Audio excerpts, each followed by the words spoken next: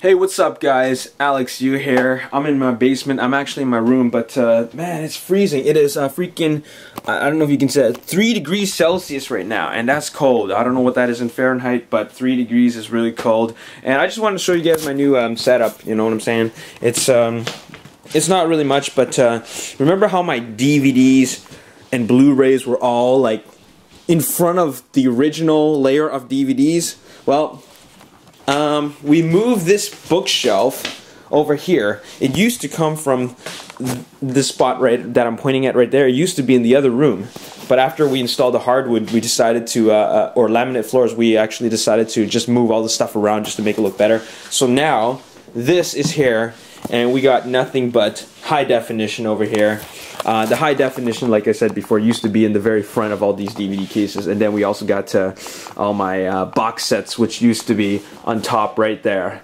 So I don't have to reach that high anymore.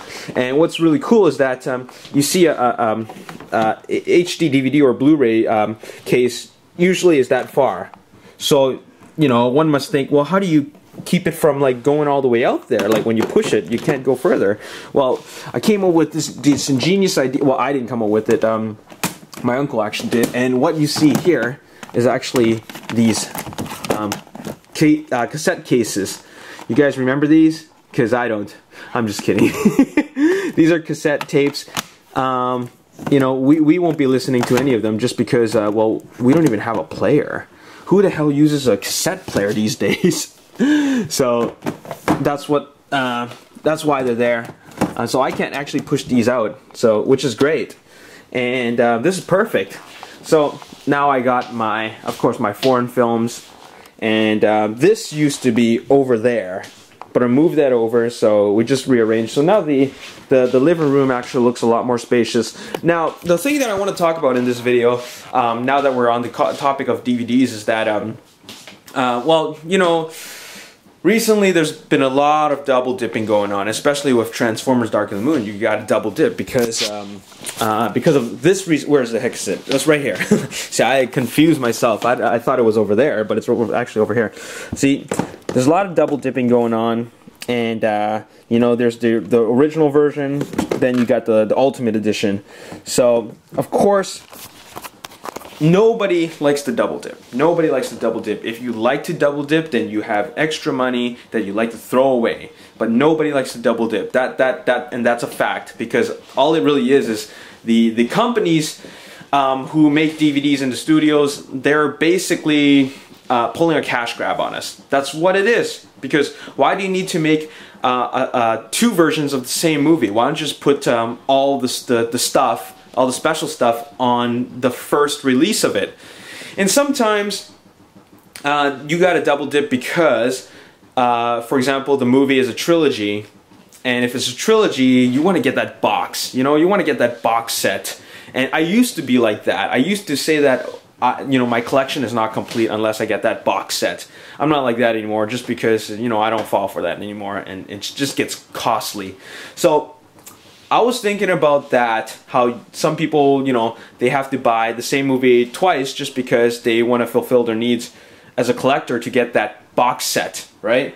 Well, what the American DVD distributors or studios need to do is they have to learn from the Japanese, okay? The Japanese are the best in terms of technology and operating a business, okay? And the reason why I say they're the best is because they can come up with ideas like this. Okay, you see this anime box set? Whoa, look at all that dust. Damn, we gotta do some vacuuming up in here. Okay, see this DVD box set? It did not originally come that way, okay? The way it came was that you first had to buy volume 1, okay? And that came out a certain date, and then you bought volume 2, that came out at a later date, and then volume 3, that came out on another date. So they all came out at different dates, okay? So if they came out at different dates, how am I able to get the box set without buying them twice? Alright, well, what had happened is that they release each one of these individually, and on the very last one, you see where my hand is at? That was all originally foam. See, this was, okay, let me show you like this, okay? You see, from this DVD on, like, it's all foam, okay? You see what I'm saying? So this was actually sold as like the last DVD with this box and then foam inside. That way you can put all your individual DVDs in this box and then you won't have to buy them twice. And that's why I think that the Japanese are genius, because they don't do stupid cash grab tricks like these American studios do to make us just spend more money on products that we already have. So I'm just making this video just to show you guys something that is going on right now that a lot of these DVD distributors are pulling on us, that has been going on forever, and that you know, a change needs to be made so that we can spend our money more wiser, in brighter ways. You know what I'm saying? So like I said before, all they got to do is just, you know, they could sell all the movies to us individually, but then on the very last one, all they got to do is just sell the box and the DVD. So imagine if Transformers Blu-ray, okay, came in a box, okay? So in 2007 we buy this. In 2009 we buy this. In 2011 we buy this, but it also comes with a box. It also comes with a box, and then there's just a piece of foam that covers the space that these two are supposed to fill. Now that would be perfect, and I wouldn't mind paying extra for that. That way the studios aren't left with all this extra you know, like stock where people aren't buying the stuff, you know. So anyways, this is kind of like a rant video, just because I just want to make it known and aware to a lot of people out there, that there is a better way to do this, and that is by selling the final installment of a franchise on DVD with just the box, but an empty box. That way you get the box set and you put the existing DVDs into that box.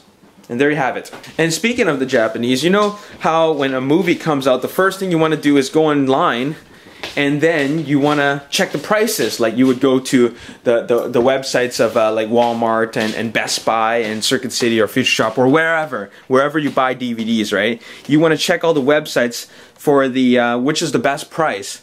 Well, in Japan they don't have that. Everywhere, every different retailer sells it for the same price, and also their special edition comes out on the same day as the regular edition. So, and sometimes you don't even have a regular edition, you have to buy the special edition. They don't do the thing where every store has a different price. One could be $5 cheaper than the other. No, it's not like that. Every store has the same price, and the only thing that's different is maybe it'll be off by 50 yen, which is basically 50 cents.